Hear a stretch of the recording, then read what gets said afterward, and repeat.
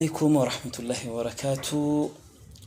ودنا يتكبراتو تملكاتوچي ዛሬ ትንሽ ስለ ጾም ላስታውሳችሁ መጥቻለሁ። አላህ Subhanahu Wa Ta'ala በመልእክቱ የመመሪያ ቁርአን ምን ይላል? ያ አዩሀ الذين آمنوا كتب عليكم الصيام كما كتب على الذين من قبلكم لعلكم تتقون ይላል። ያ አዩሀ الذين آمنوا እናንተ ባላህ አንድነት በአኺራ በቀብር በሲራጥ ያመናችሁ ሰዎች ወይ كتب عليكم الصيام በእናንተ ላይ ጾምን ደነገግንባችኋል ይላል። كما كتب على الذين من قبلكم ከእናንተ በስተፊት በነበሩ ኡመቶች ላይ እንደደነገግነዋል። በኑህ ላይ በኢሳ ላይ በሙሳ ላይ በሌሎችም ላይ አፈጻጸሙ ይለያል እንጂ ተደንግጎባቸዋል። ለምን كما كتب على الذين من قبلكم لعلكم تتقون።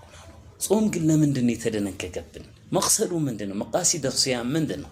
መቃሲድ الصيام ተቅዋ ነው። መጀመሪያ ተቅዋ ለማፍራት ማለት። ስለዚህ ረመዳናችን ገብቷል። ምን ያህል ረመዳን ላይ ከገባ ጀምሮ ምን ያህል ተቅዋችን ላይ ለውጥ አይተናል።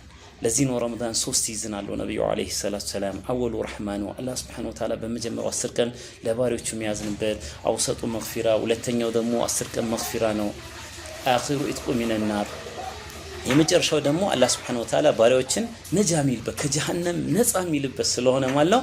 ምን ያህል በዚህ 3 ሲዝን ተጠቅመናል። አንዱ ሲዝን እየተጠቃለለ ነው፣ አንዱ ሲዝን እያለቀ ነው። ምን ያህል ዚክራችንን ጨምረናል፣ ምን ያህል ቁርአናችን ጨምረናል፣ ምን ያህል ሌላችን ጨምሯል፣ ምን ያህል ሰደቃችን ጨምሯል፣ ምን ያህል ወደ አላህ ማልቀሳችን ጨምሯል።